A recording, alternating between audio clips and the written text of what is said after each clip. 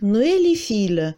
Nœud plat, nœud de tisserand, tête d'alouette. N'oubliez pas de vous abonner. Si on travaille avec deux navettes, les deux fils doivent être noués au début.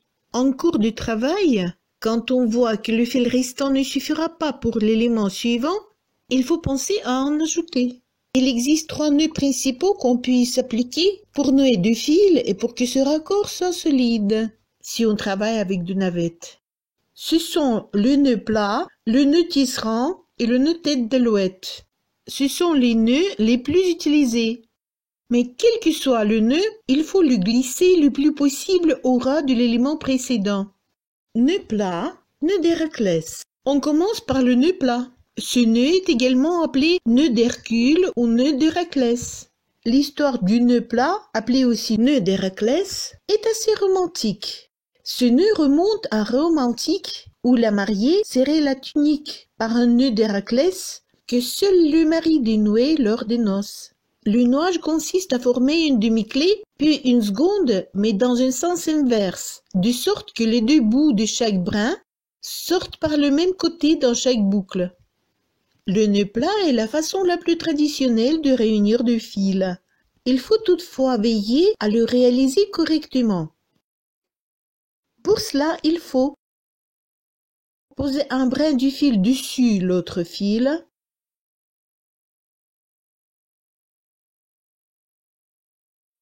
puis dessous, et encore une fois dessus.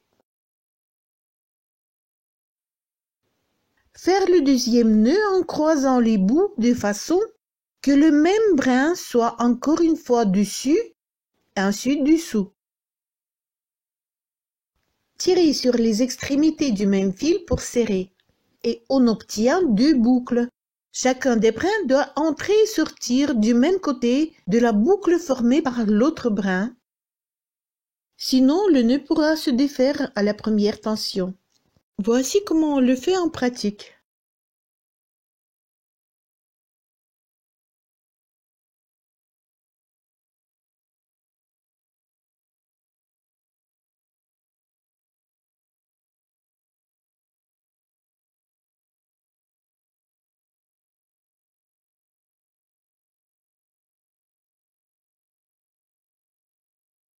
Nœud de tisserand.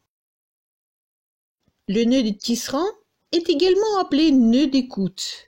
Il résiste mieux à la tension, mais il est plus visible. Pour ce nœud, le sens des boucles est important. Il faut veiller que les 2 extrémités se retrouvent du même côté. Sinon, le nœud peut glisser. Je vais montrer 2 méthodes de faire facilement ce nœud. La première convient quand il faut nouer 2 fils au début du travail. On tient le brin plus court entre le pouce et l'index de la main gauche. On le croise avec l'autre plus grand en posant dessus.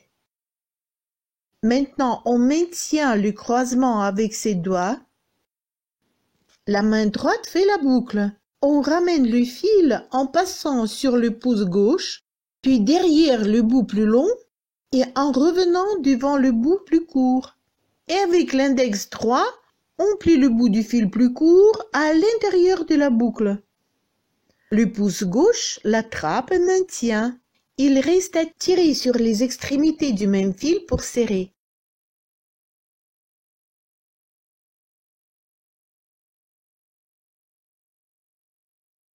La deuxième méthode convient mieux s'il faut ajouter un nouveau fil au fil terminant et il faut bien coller ce nœud à l'élément réalisé. Il faut faire une boucle. Ensuite, attraper le fil et le tirer à travers la boucle. On obtient ainsi un nœud coulissant. Dans cette boucle, on passe le fil ancien et on le maintient à un point précis.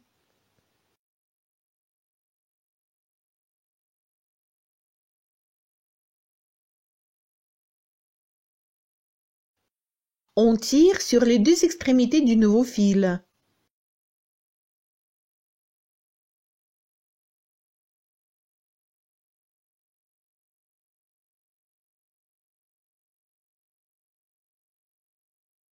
Cette méthode marche très bien si le fil est cassé et il en reste un tout petit bout.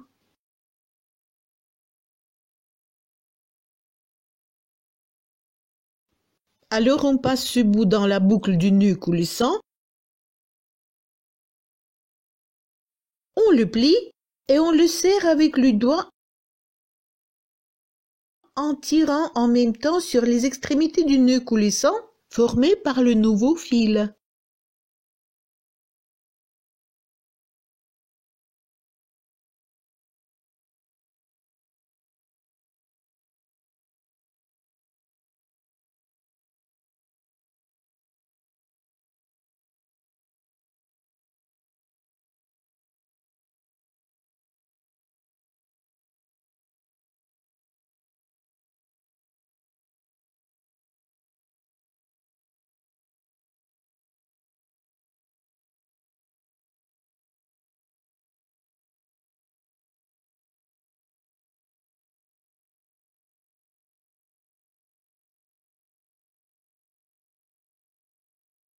Nœud tête d'alouette. On peut ajouter un nouveau fil en remplaçant le dernier double nœud ou double feston de l'élément réalisé par une tête d'alouette.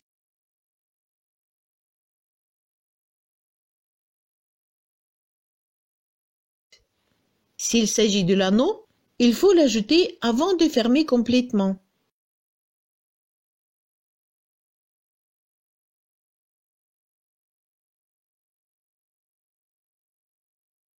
Pour cela, sur l'endroit souhaité,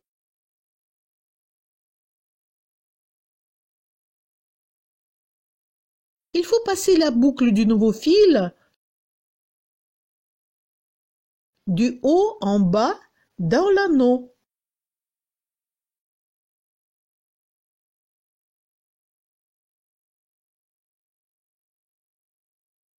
Puis replier la boucle par-dessus et passer la navette et le bout dans cette boucle.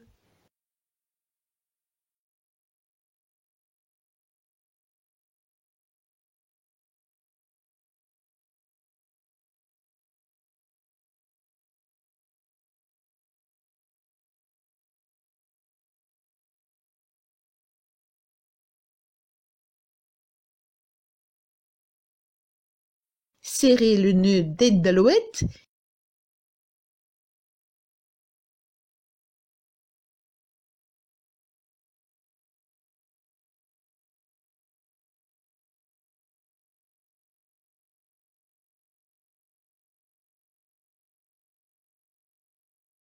et ensuite fermer complètement l'anneau.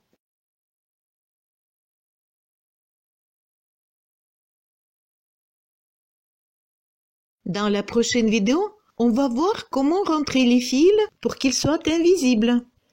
Abonnez-vous pour ne pas laisser passer. À bientôt!